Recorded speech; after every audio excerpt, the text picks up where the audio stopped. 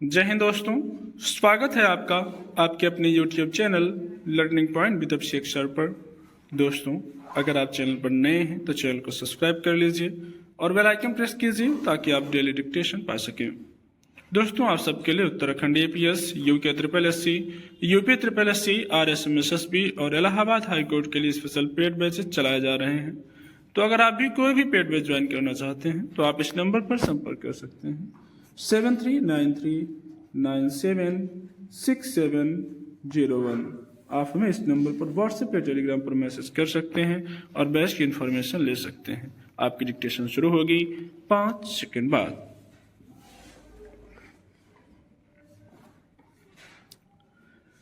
पड़ोसी के रूप में भारत और श्रीलंका के बीच केवल कूटनीतिक दृष्टि से ही नहीं बल्कि आपसी सहयोग के स्तर पर भी संबंधों की एक मजबूत कड़ी रही है। मगर पिछले कुछ समय से बदलती भू राजनीतिक तस्वीर में श्रीलंका में चीन के प्रभाव का विस्तार होता दिखा है।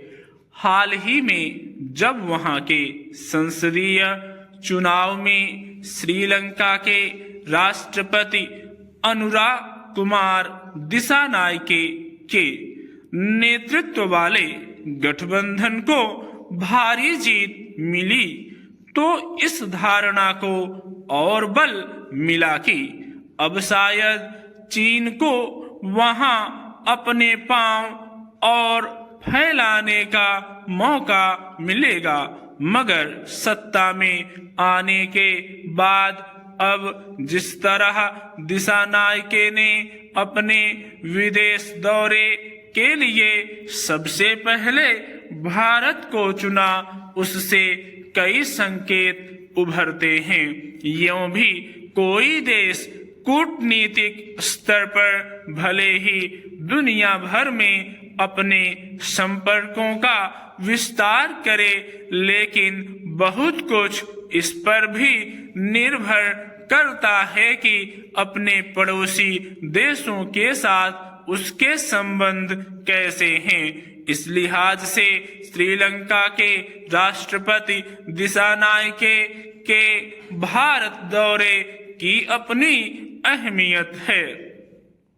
दरअसल करीब 2 वर्ष पहले जब श्रीलंका घोर आर्थिक संकट से जूझ रहा था और वहां अराजकता जैसे हालात पैदा हुए, तब भी भारत ने उस स्थिति से उबरने में अपनी ओर से हर स्तर पर सहयोग किया था। श्रीलंका के राष्ट्रपति ने इस सहयोग को याद करते हुए एक तरह से भारत के प्रति आभार जताया और साफ शब्दों में यह आश्वासन दिया कि वे अपने देश की जमीन का इस्तेमाल भारत के खिलाफ नहीं होने देंगे। यह भारत के लिए एक राहत भरा संदेश है, क्योंकि सीमा पार के इलाकों में स्थित ठिकानों से संचालित आतंकी गतिविधियों का दंश भारत ने लंबे समय से झेला है। इसके अलावा भारत और श्रीलंका ने अपनी साझेदारी को विस्तार देने के लिए भविष्योन्मुखी दृष्टिकोण अपनाते हुए रक्षा सौदे को जल्द अंतिम रूप देने का संकल्प लिया और बिजली ग्रिड कनेक्टिविटी और बहुउत्पाद पेट्रोलियम पाइपलाइन स्थापित करके ऊर्जा संबंधों को मजबूत करने का भी फैसला लिया है।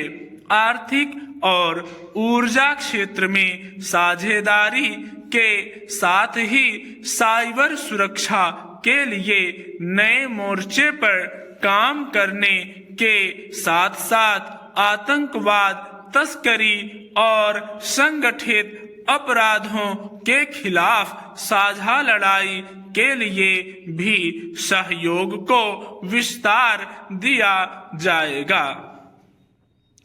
कहा जा सकता है कि एक विकट दौर से निकलकर श्रीलंका अब अपनी स्थिति में सुधार के लिए ठोस प्रयास कर रहा है। इस क्रम में भारत के साथ संबंधों के नए अध्याय से भविष्य को लेकर बेहतर उम्मीदें पैदा होती हैं। गौरतलब है कि अनुराग कुमार दिसानायके के जनता विमुक्ति पेरामुना यानी जेवीपी के सबसे अहम नेता रहे हैं और उन्होंने वामपंथी दलों के गठबंधन नेशनल पीपल्स पावर यानी एनपीपी के तहत चुनाव लड़ा था।